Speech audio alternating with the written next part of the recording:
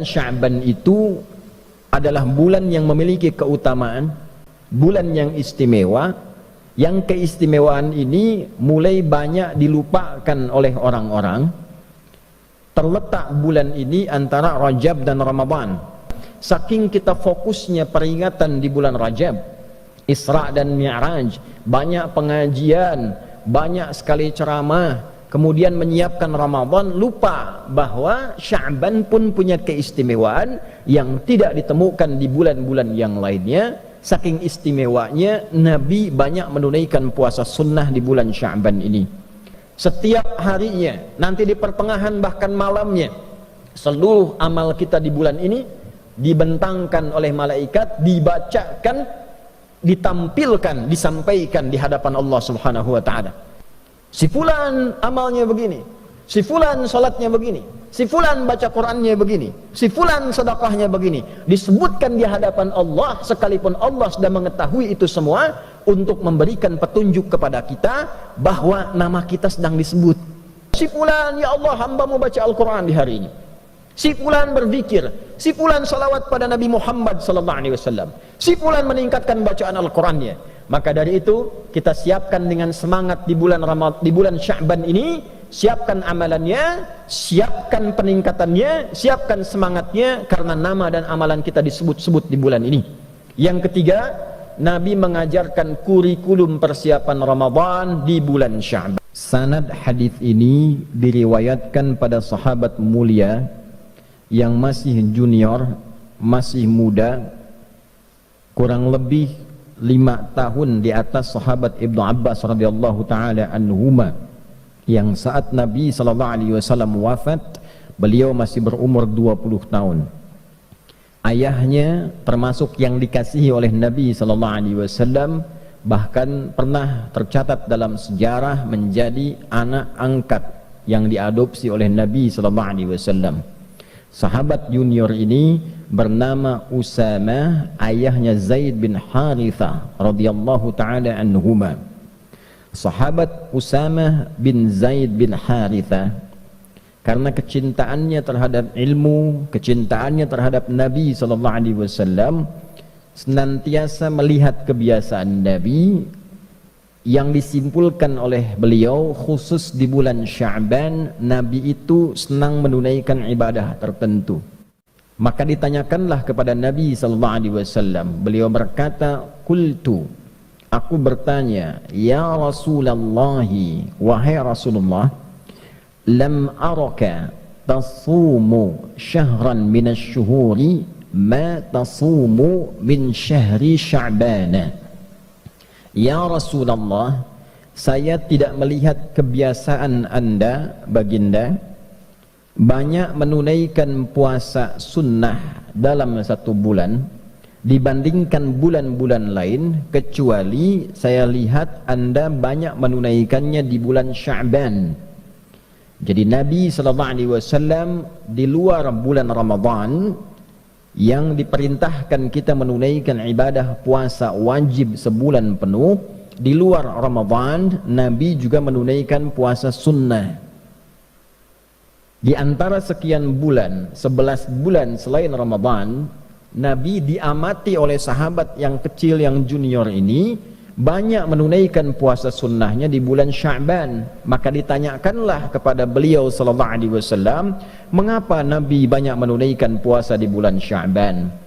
Dalam syarahnya, apakah ada keutamaan di bulan Sya'ban ini sehingga dengan itu Nabi SAW banyak menunaikan puasa di bulan ini?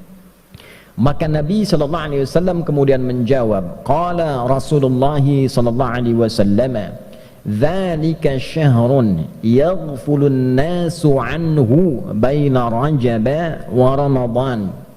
Duhai Usamah bin Zaid bin Harithah, bulan Sya'ban itu adalah bulan yang memiliki keutamaan, bulan yang istimewa, yang keistimewaan ini mulai banyak dilupakan oleh orang-orang. Terletak bulan ini antara Rajab dan Ramadan.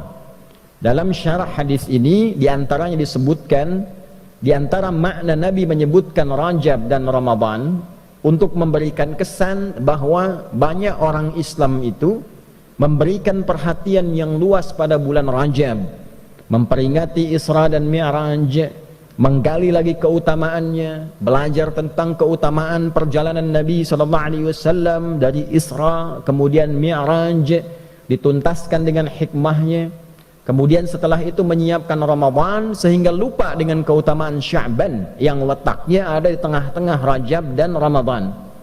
Orang-orang pada masa itu sudah mengetahui bulan Sya'ban itu letaknya antara Rajab dan Ramadan, tapi Nabi menyebutkan posisi ini dan disebutkan Rajab dan Ramadannya ingin memberikan kesan kepada umat Islam, umatnya Nabi Muhammad SAW, saking kita fokusnya peringatan di bulan Rajab, Isra dan Mi'raj, banyak pengajian, banyak sekali ceramah, kemudian menyiapkan Ramadan, lupa bahwa Sya'ban pun punya keistimewaan yang tidak ditemukan di bulan-bulan yang lainnya. Saking istimewanya Nabi banyak menunaikan puasa sunnah di bulan Sya'ban ini.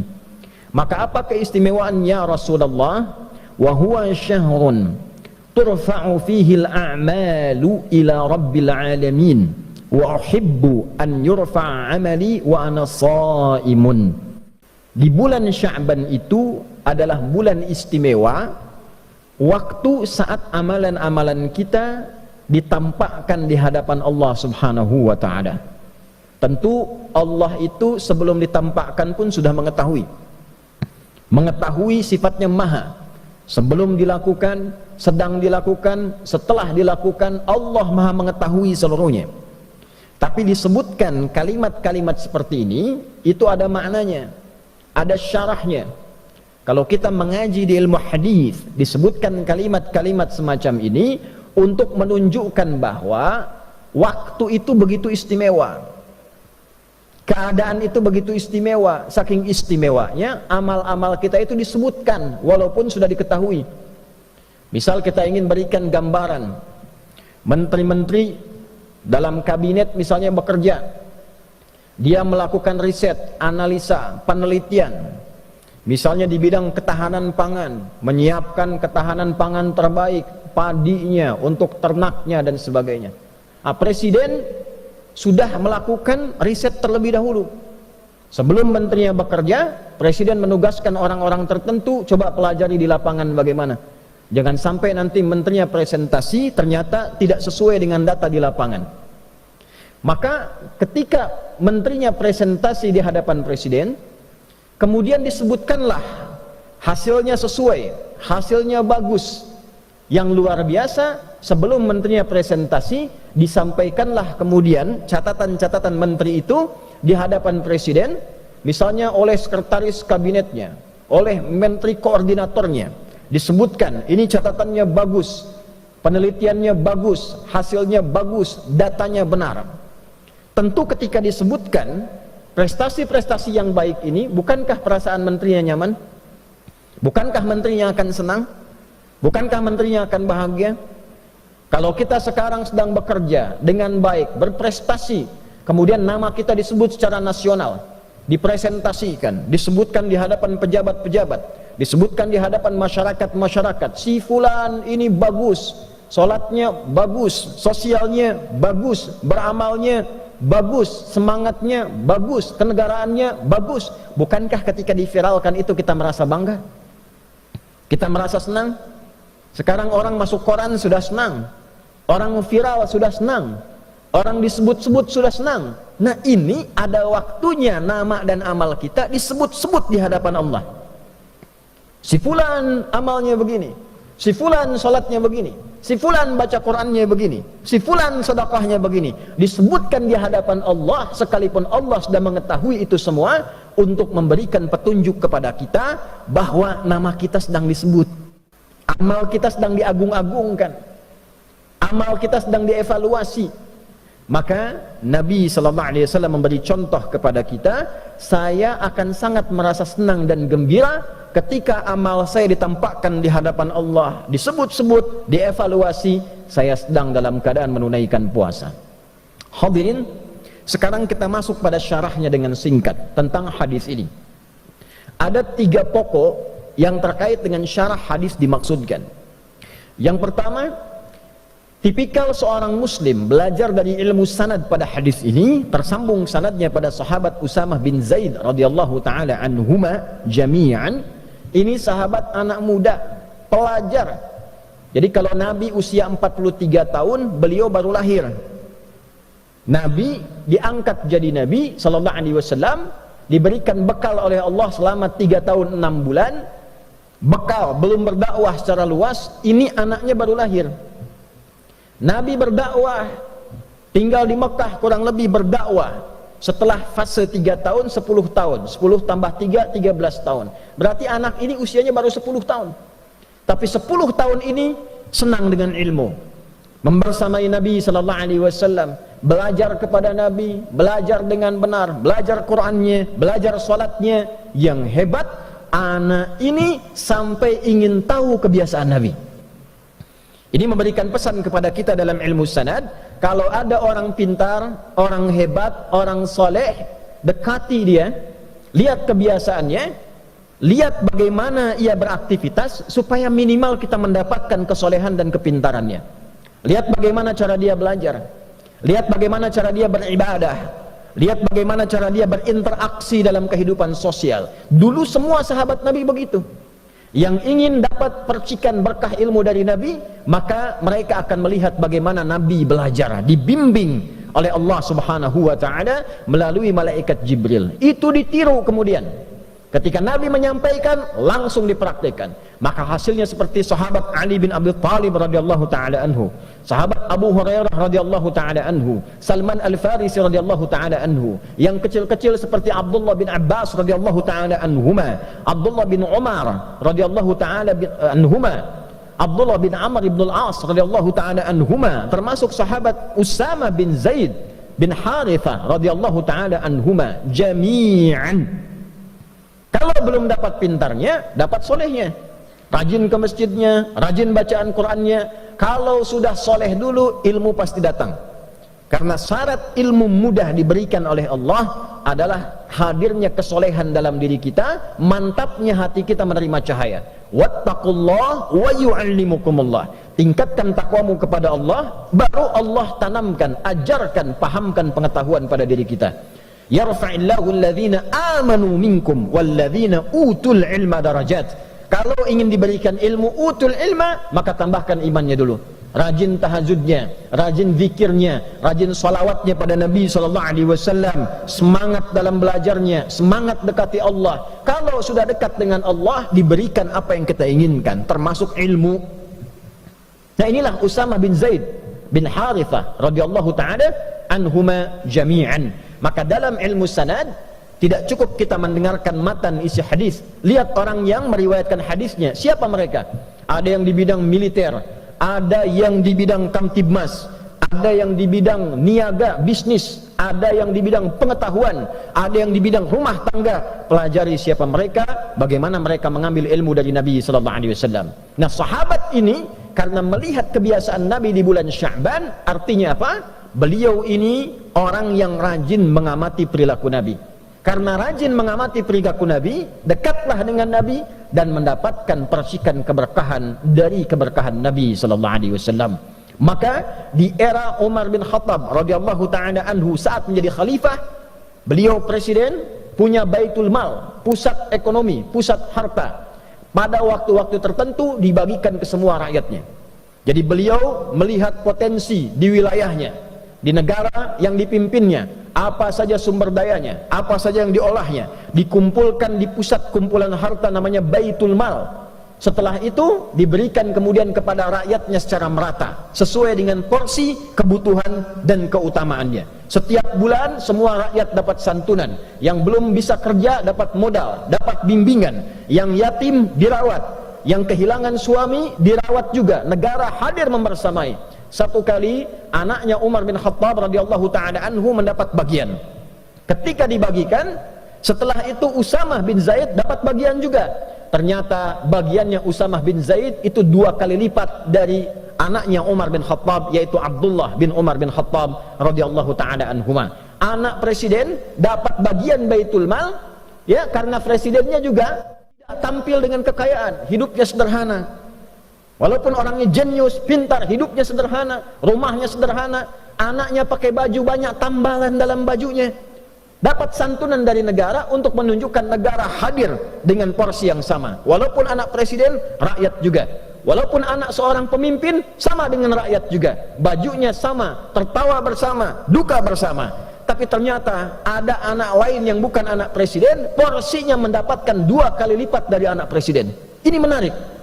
Maka anaknya bertanya kepada bapaknya yang presiden, "Wahai ayahanda, kenapa Usama mendapatkan bagian lebih daripada saya 2 kali lipat?" Maka kata Umar bin Khattab radhiyallahu taala anhu, karena Usama bin Zaid itu lebih dekat hubungannya dengan Nabi, lebih dicintai oleh Nabi. Artinya apa? Nabi lebih mengetahui keadaan Usama dibandingkan dengan anaknya Umar.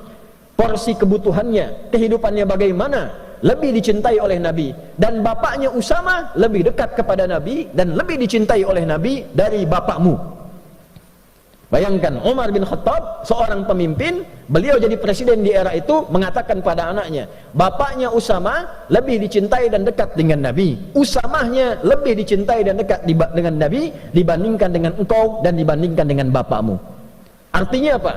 Persahabatan begitu erat, persahabatan begitu mulia. Usama sudah tidak ada bapaknya, diperhatikan oleh Umar melebihi anaknya sendiri karena ia punya beban kehidupan di atas beban anaknya. Itulah ilmu sanad. Jadi intinya, kalau kita memperhatikan dengan baik, belajar dengan baik, ikut orang soleh dan pintar, maka kita akan dapatkan keberkahannya. Yang kedua, hadirin dengan cepat, di dalam hadis ini juga menyampaikan keutamaan bulan Sya'ban. Setiap harinya, nanti di pertengahan bahkan malamnya, seluruh amal kita di bulan ini dibentangkan oleh malaikat, dibacakan, ditampilkan, disampaikan di hadapan Allah Subhanahu wa taala. Jadi malaikat membacakan, si fulan, ya Allah, hamba-Mu baca Al-Qur'an di hari ini.